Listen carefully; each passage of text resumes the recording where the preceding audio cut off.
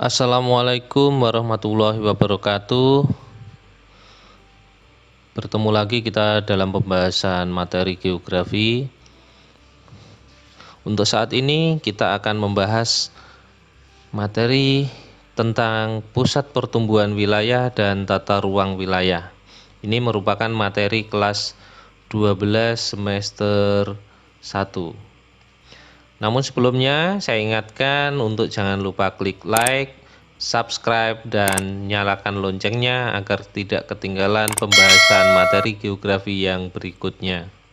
Dalam pembahasan kali ini tujuan kita adalah agar kita mampu mengidentifikasi pusat pertumbuhan wilayah yang ada di Indonesia. Kemudian kita bisa menganalisis teori-teori pertumbuhan menurut para ahli, menganalisis pengaruh dari pusat pertumbuhan bagi wilayah sekitarnya, menjelaskan lingkup dan kegiatan dalam tata ruang wilayah, menjelaskan hierarki dalam penataan ruang di Indonesia, menjelaskan kebijakan dalam pembangunan wilayah, menganalisis peluang dan tantangan dalam pengembangan wilayah, menganalisis permasalahan yang ada dalam penataan ruang wilayah di Indonesia, dan menjelaskan perencanaan pembangunan di Indonesia. Kita mulai dari pengertian pertumbuhan wilayah.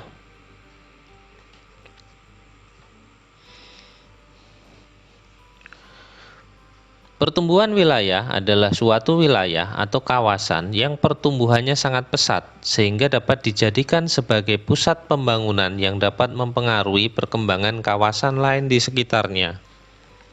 Pertumbuhan di sini bisa berarti pertumbuhan ekonomi maupun pertumbuhan fisik wilayahnya.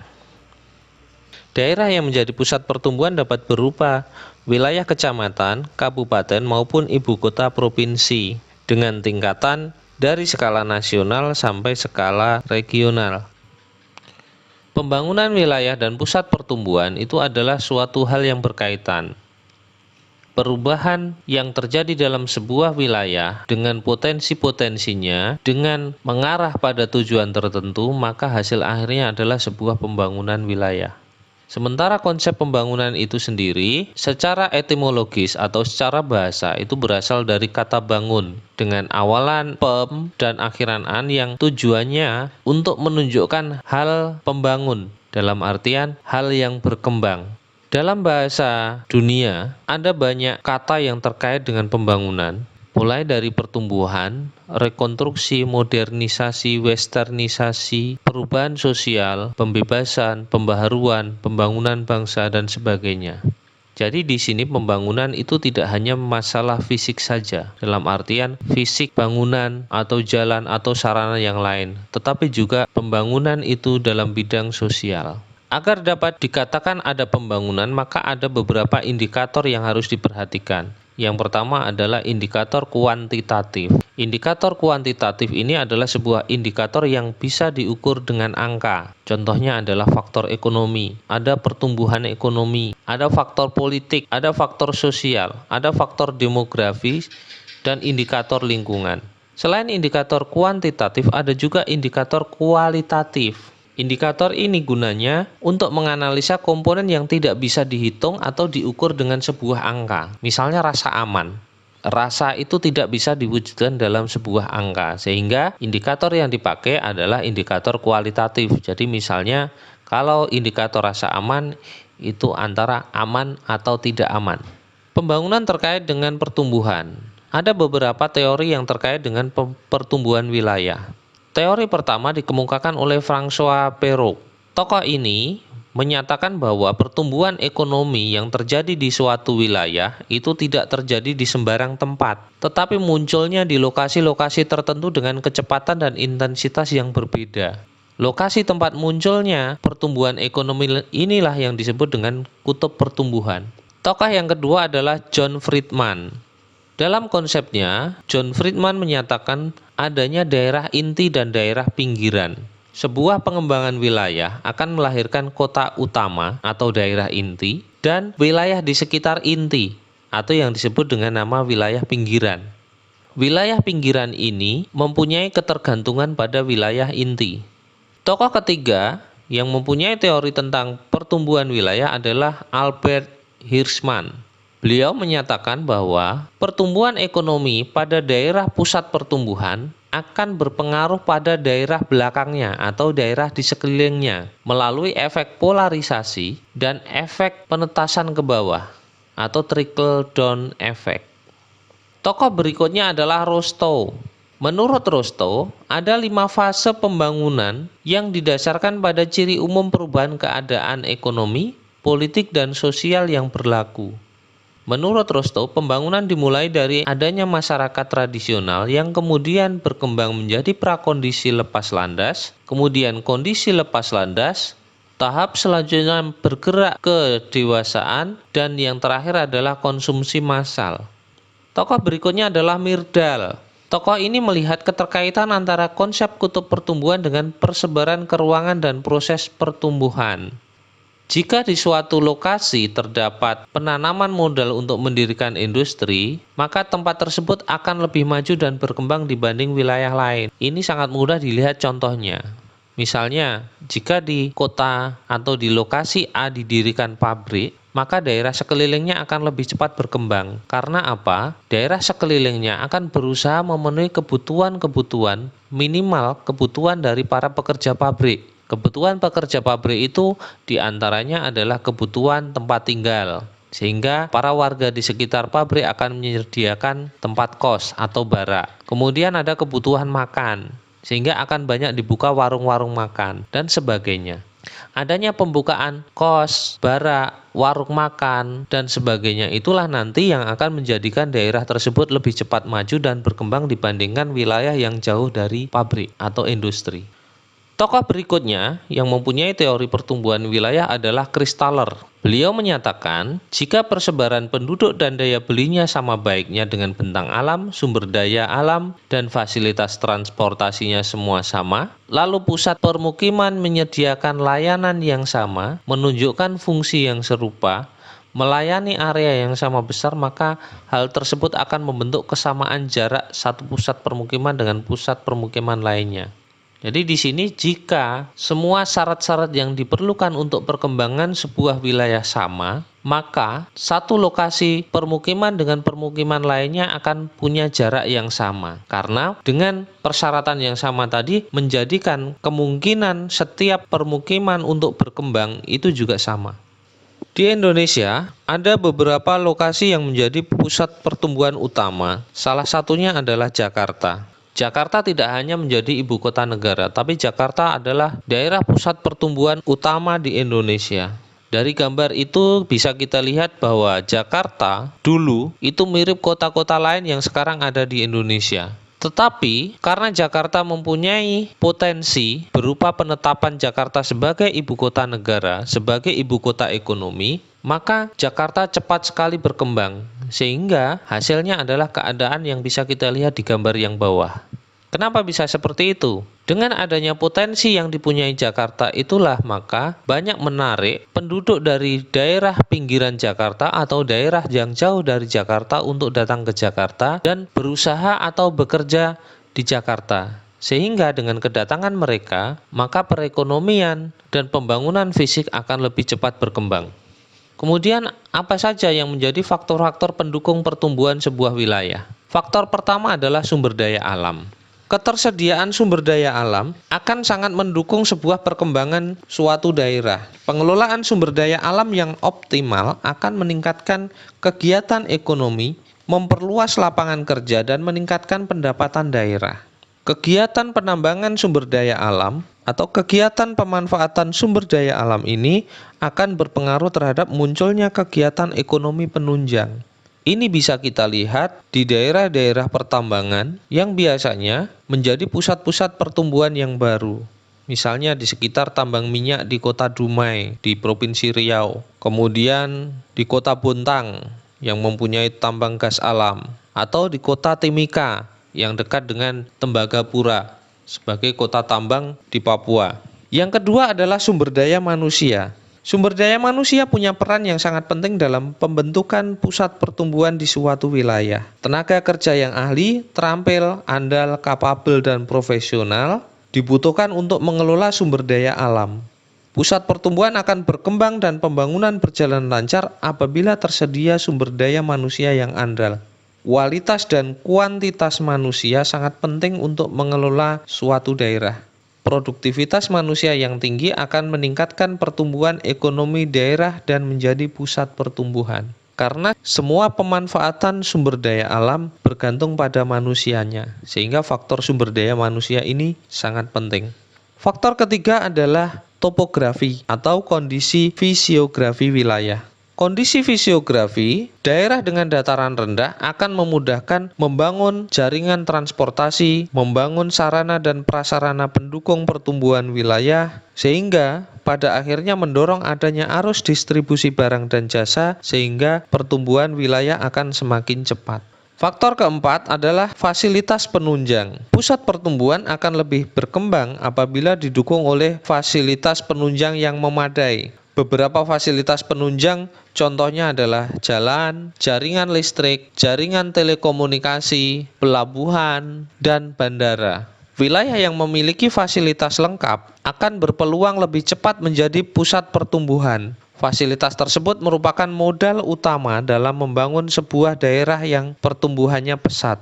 Pusat pertumbuhan biasanya akan mempengaruhi terhadap kondisi daerah sekitarnya, karena sebuah pusat pertumbuhan merupakan pemusatan sumber daya manusia, baik sumber daya manusia yang merupakan tenaga ahli, tenaga terampil, tenaga kasar, maupun tenaga tidak terdidik. Kemudian pusat pertumbuhan juga merupakan pusat perkembangan ekonomi. Adanya perkembangan ekonomi inilah nanti juga menarik bagi manusia yang berada di sekitar pusat pertumbuhan. Dengan kedatangan manusia tersebut, maka pertumbuhan ekonomi akan menjadi semakin cepat. Pengaruh yang ketiga adalah adanya perubahan sosial budaya. Perubahan sosial budaya di sini bisa perubahan negatif, bisa juga perubahan positif.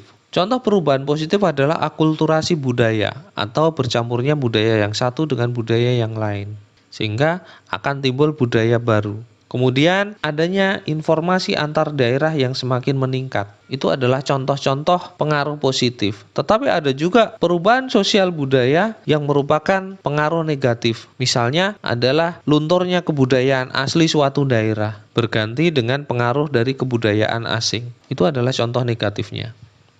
Di Indonesia, pusat pertumbuhan adalah gabungan dari teori Kristaller dan teori Pero. Di Indonesia ada beberapa kota yang menjadi pusat pertumbuhan utama. Kota-kota ini ditetapkan sebagai 4 region utama. Region A, pusat pertumbuhannya di kota Medan. Region B, pusat pertumbuhannya di kota Jakarta. Region C, pusat pertumbuhannya di kota Surabaya. Dan region D, pusat pertumbuhannya di kota Makassar. Dari 4 region utama pusat pertumbuhan tadi, masih dibagi lagi menjadi 10 wilayah pembangunan. Pusat pertumbuhan region A yang berpusat di kota Medan dibagi menjadi 2 wilayah pembangunan. Yang pertama adalah wilayah 1 meliputi Aceh dan Sumatera Utara, dan wilayah pembangunan 2 yang meliputi Provinsi Riau.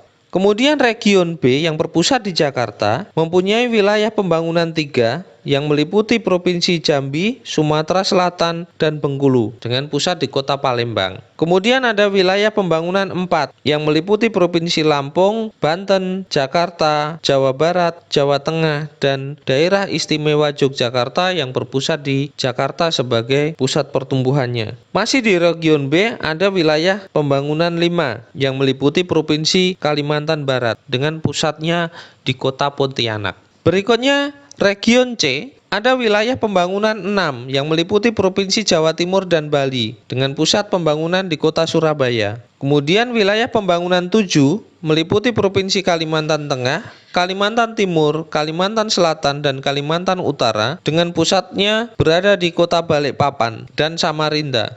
Region D, ada wilayah pembangunan 8 yang meliputi Provinsi Nusa Tenggara Barat, Nusa Tenggara Timur, Sulawesi Selatan, dan Sulawesi Tenggara yang berpusat di kota Makassar. Berikutnya ada wilayah pembangunan 9 yang meliputi Provinsi Sulawesi Tengah, Gorontalo, dan Sulawesi Utara dengan pusatnya berada di kota Manado.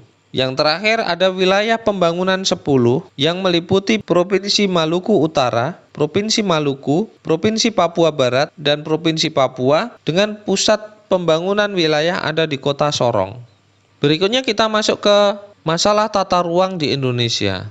Di Indonesia ada beberapa perencanaan tata ruang, ada beberapa dasar perencanaan tata ruang. Yang pertama, penataan ruang berdasarkan sistem. Di sini, penataan ruang bisa memakai sistem wilayah atau sistem internal perkotaan. Yang kedua, penataan ruang berdasarkan fungsi utama kawasan. Fungsi utama kawasan dapat dibagi menjadi kawasan lindung dan kawasan budidaya. Kawasan lindung ini fungsinya untuk melindungi fungsi-fungsi tertentu, sedangkan kawasan budidaya adalah kawasan yang bisa dipakai atau dikembangkan dalam pembangunan. Yang ketiga, penataan ruang berdasarkan wilayah administratif. Penataan ruang berdasar wilayah administratif ini bisa dalam lingkup nasional, dalam tingkat provinsi, ataupun kabupaten dan kota, sehingga nantinya dikenal adanya tata ruang nasional, tata ruang provinsi, dan tata ruang kabupaten atau kota. Tata ruang di Indonesia salah satunya bertujuan untuk pemerataan pembangunan.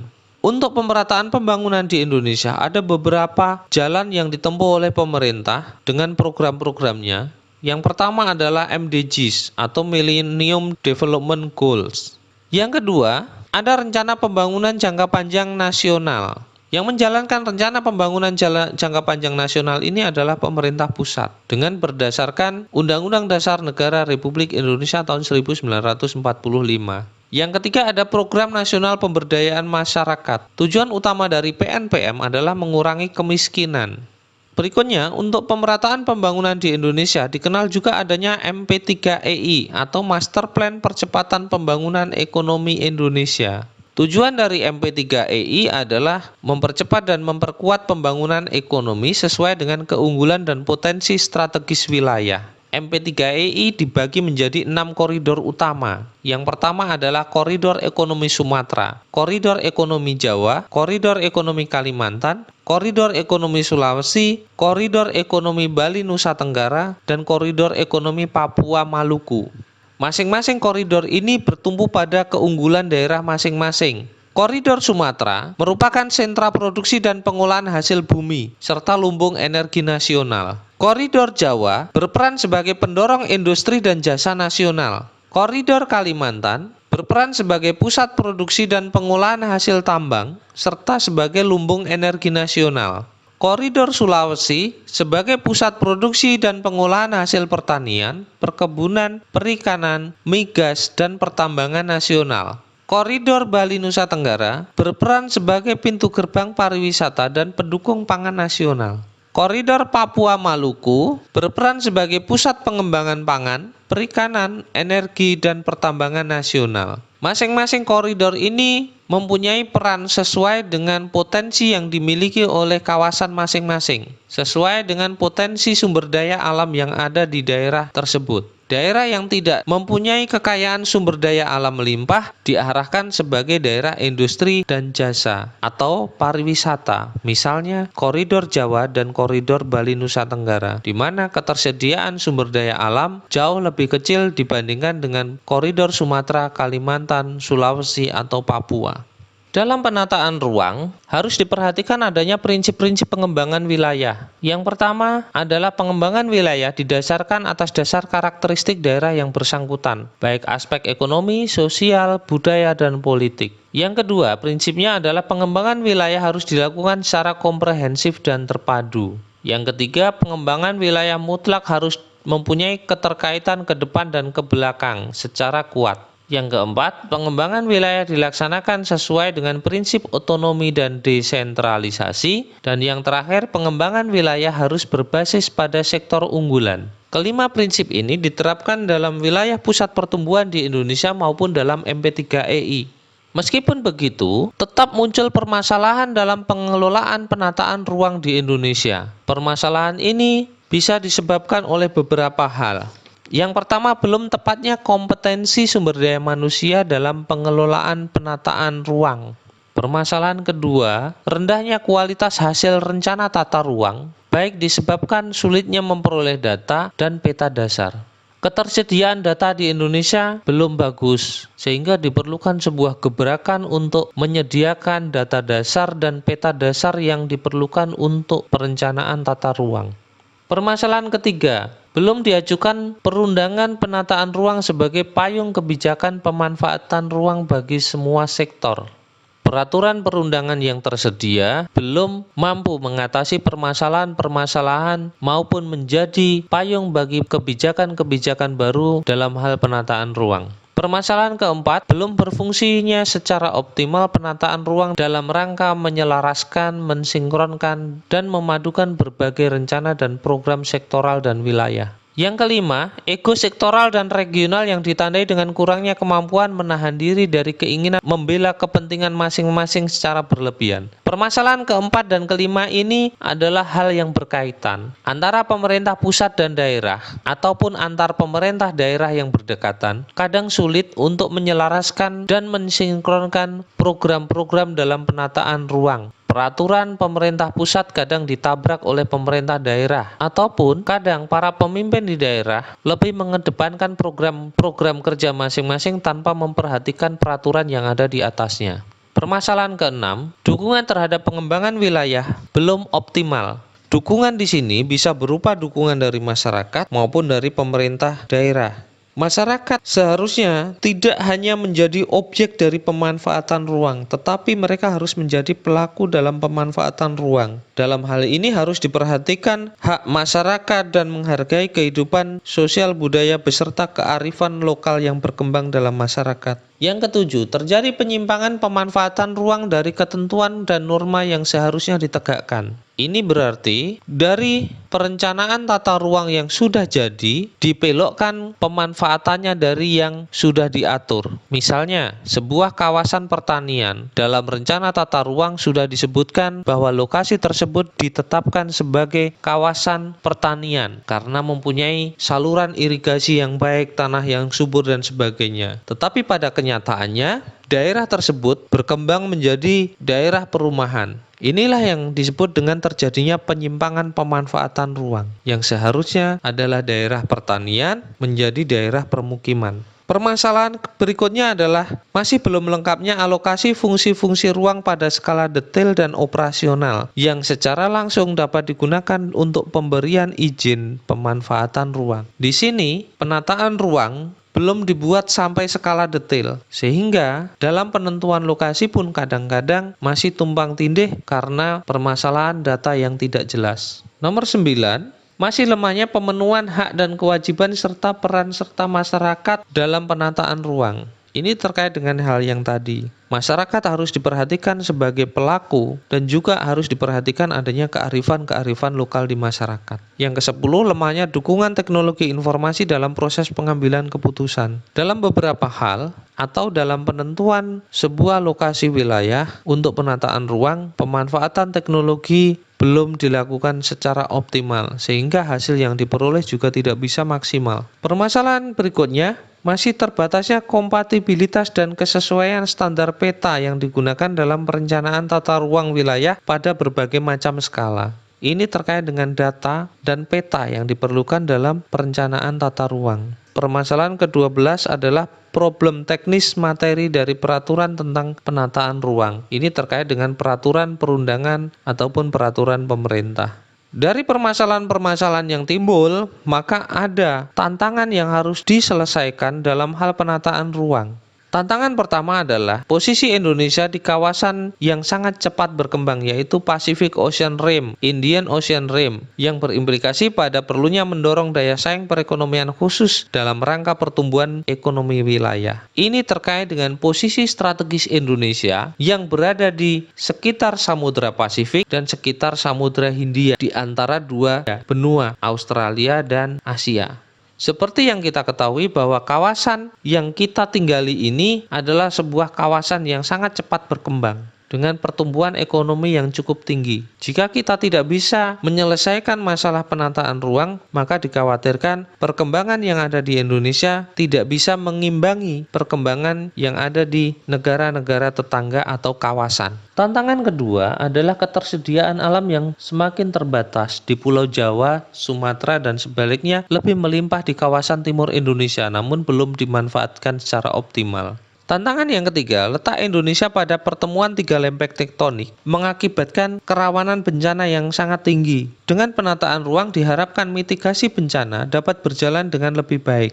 Tantangan berikutnya adalah keberadaan pulau kecil terluar pada kawasan perbatasan negara memerlukan perhatian khusus. Pulau-pulau terluar bukan merupakan daerah pinggiran, tetapi adalah beranda dari kepulauan Indonesia yang seharusnya mendapat perhatian lebih baik. Ibaratnya sebuah rumah, keberadaan beranda adalah sebuah wajah dari negara. Sehingga jika pembangunan di kawasan pulau-pulau kecil terluar itu berjalan dengan baik, maka daerah lain yang ada di pedalaman juga akan baik. Tantangan berikutnya, kesenjangan pembangunan antar wilayah perlu dikurangi, sehingga tidak hanya untuk meningkatkan kesejahteraan masyarakat di Indonesia, tapi juga untuk menjaga stabilitas dan kesatuan nasional. Tantangan berikutnya, ekspansi pemanfaatan sumber daya alam dan lingkungan hidup apabila tidak diantisipasi dengan kebijakan dan tindakan yang tepat, maka akan dihadapkan pada tiga ancaman, yaitu krisis pangan, krisis air, dan krisis energi. Untuk mengatasi hal-hal tersebut yang sudah dijelaskan di depan, maka diperlukan suatu strategi penataan ruang dan wilayah di Indonesia. Yang pertama adalah strategi integrasi spasial. Di sini adalah ketersediaan satu data, satu peta yang sama di seluruh wilayah Indonesia, sehingga dalam setiap penataan ruang menggunakan basis data yang sama. Strategi kedua adalah strategi kutub pertumbuhan. Dengan strategi kutub pertumbuhan ini, maka akan dikembangkan daerah-daerah yang menjadi kutub pertumbuhan wilayah. Daerah kutub-kutub pertumbuhan wilayah ini diharapkan dapat mengangkat pertumbuhan wilayah yang ada di sekitarnya.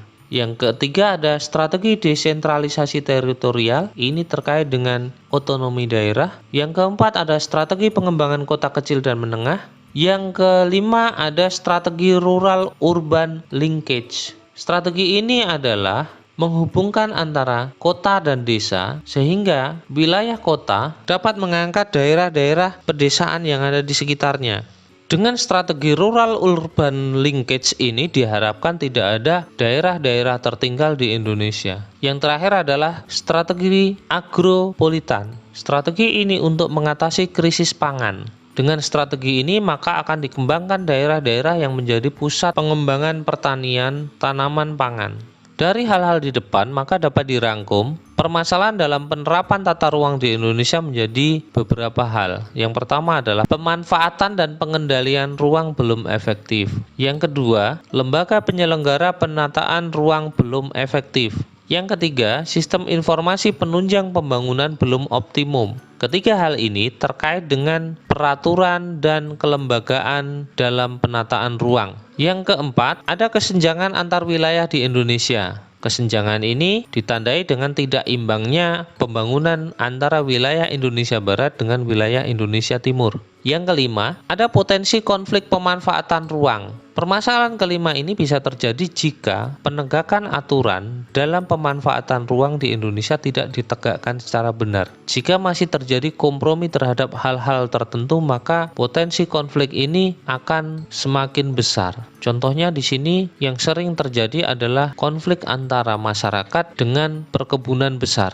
Ini biasanya terkait dengan pemberian izin yang akibat data penataan ruang tidak tersedia secara detail, maka peta yang digunakan tidak sesuai, sehingga sering tumpang tindih antara klaim lahan masyarakat dengan klaim lahan perusahaan perkebunan besar. Jika ini tidak diselesaikan, maka potensi konflik dalam pemanfaatan ruang ini akan semakin besar.